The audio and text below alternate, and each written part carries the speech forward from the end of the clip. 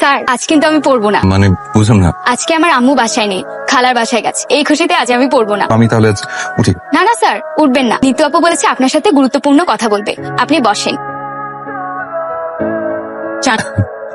কেয়া বললো আপনি আমার সাথে কি নাকি গুরুত্বপূর্ণ কথা বলবেন, আমি তো শুনে অবাক হলাম। আচ্ছা আমি দেখতে কেমন?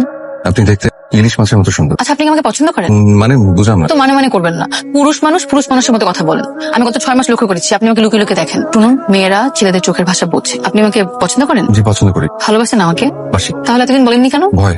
আপনাকে যেদিন আমি প্রথম দেখেছি ওদিন আমার ভালো লেগেছে। আমি সিদ্ধান্ত নিয়েছি আমি আপনাকে ছাড়বো না। ছাড়বেন মানে? আমার এই জীবনে আপনাকে লাগবে। চাচা আমার বিয়ে ঠিক করেছে। কি? তো আমার কাজিনের সাথে, ও আমেরিকাতে থাকে। চাচাকে সেলফ জানিয়ে দিয়েছি আমি এখন বিয়ে করতে পারবো। চাচা বলেছে জোর করে হলো নাকি আমার বিয়ে দিবে। অগের মূল্য নাকি? আরে আমি বেঁচে থাকতে তুমি অন্য কারো হতে পারবে না। এই জন্য তো আমি বাসা ছেড়ে চলে এসেছি। শোনো, আমরা এখন কাজে অফিসে যাবো, তারপর বিয়ে করবো। বিয়ে করলে আজকে আমার করতে হবে, কারণ আমার কাজিন আজকে দেশে চলে আসবে। পরে কিন্তু পালানোর সুযোগ পাবো। আচ্ছা, তুমি আমাকে বিয়ে করতে চাও না তাই না? ঠিক আছে, আমি বিয়ে করবো। আসো।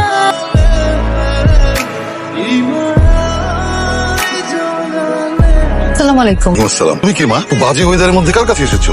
আমার নাম নিতু, আমি রাহুলের স্ত্রী। আমরা আজ বিকেলে বিয়ে করেছি। দেখো মা, তুমি বোধহয় ভুল করছো। এখানে রাহুল নামে কেউ থাকে না। না আঙ্কেল, রাহুল এতক্ষণ আমার সাথেই ছিল। ও আমাকে গেটের কাছে রেখে তোরে পালিয়ে গেল। দেখো মেয়ে, আমি তোমার সাথে তর্ক করতে চাচ্ছি না। আমি যেটা বলেছি সেটাই ঠিক। যাও। আঙ্কেল